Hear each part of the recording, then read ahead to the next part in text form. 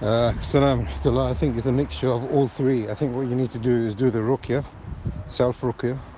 I think you need to do the Ruqyah with someone else, because normally the person who does the Ruqyah has experience and they're able to do other things which you can't do for yourself, such as hijama and perhaps give you some kind of like medication from the Prophet ﷺ's recommendations, sallallahu alaihi wasallam. So I think self-Ruqyah, that's the asl, that's the origin, that's what the Prophet ﷺ used to do. But also seek to get Ruqyah done. And the third thing is, no, you shouldn't be alone, especially when you're feeling vulnerable, like you say. You need to be with friends. So people that you can trust and people that are going to have a positive impact on your life. So yes, staying with someone is very important. The Messenger of Allah also actually said that people shouldn't live alone. And the reason for that is because when a person is alone, they're increasing, wasawis, etc. And that seems to be the case with you. Perhaps not wasawis, but anxieties and panic. So being with someone will help you to overcome some of the things that that you're struggling with, because that is a person you can trust, you can speak to. But also your mind is preoccupied. You're not constantly thinking about those things which worry you, because you're living with someone and you've got things to get on with. So I think there's a mixture of all three that you've mentioned. There are other things that you can do, but I think if you start with these, inshallah, Allah subhanahu wa ta'ala will make it beneficial. The most important thing that has not been mentioned so far, at least in this conversation, I think I've mentioned it to you before, which is going back to Allah subhanahu wa ta'ala.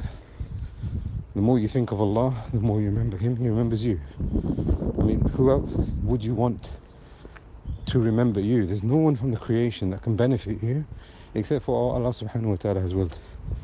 And there is no one from the creation that can benefit you in the way that Allah subhanahu wa ta'ala benefits you. And He promises, "Adhkuruni adhkurkum." Remember me and I will remember you. And here this remembrance doesn't mean that you just think about Him. Here it means that you establish His religion in yourself, when you're walking, when you're talking, when you're sitting, when you're laying down, when you are doing whatever action it is. Think about what would please Allah subhanahu wa ta'ala and what would displease Allah, so that you can stay away from it. This is the true essence of dhikr, and this is the true essence of worship, and this is the true essence of how you can get close to Allah subhanahu wa ta'ala. And when you get close to Allah, He gets close to you. And when He is close to you, nothing can overcome His mercy subhanahu. So I'm saying here, remember Allah. And remember in every sense of the word, in your actions, in your statements, making dua to Him, having tawakkul in Him internally, speaking to Him, even in your own language. If you don't know Arabic, speak to Him. Make a portion of the day, last third of the night if possible, in your ruku, in your sujood. And even if that's difficult, just at any time, when you're by yourself, or you're feeling however it is you're feeling, just speak to Him.